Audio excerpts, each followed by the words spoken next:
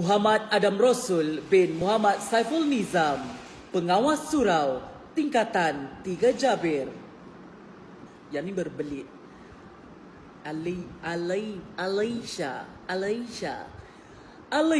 Alia binti Zul Zuraidi, Pengawas Surau, Tingkatan 5 Batuta. Aku suka nama ni sebab nama macam kawan aku. Muhammad Fitri Izzuddin bin Muhammad Rosni, Pengawas PSS, Tingkatan 3 Farabi. Oh, nama yang macam ni simple. Macam ni senang sebut. Ammar bin Azhar. Senang weh. Senang. Oh, nama ni sedap. Sedap. Saidah Fatimah Mahdiyah binti Muhammad Fatih, Ketua Kamar Arif Aspuri, Tingkatan 1 Everos. Dia bagi bunyi tu. Kalah tu. Sedap juga nama ni.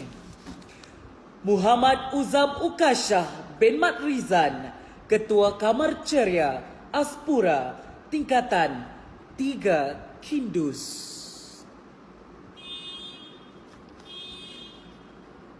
Simple. Nadiah binti Ismail, Biro Kebajikan. Oh, ni sedap juga nama dia ni.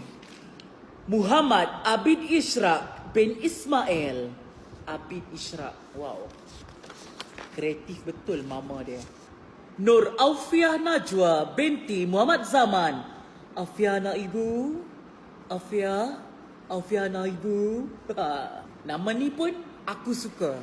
Sedap nama dia. Muhammad Amar Reda bin Ad-Din, 1 Kindus. Oh. Reda. Nama ni sedap.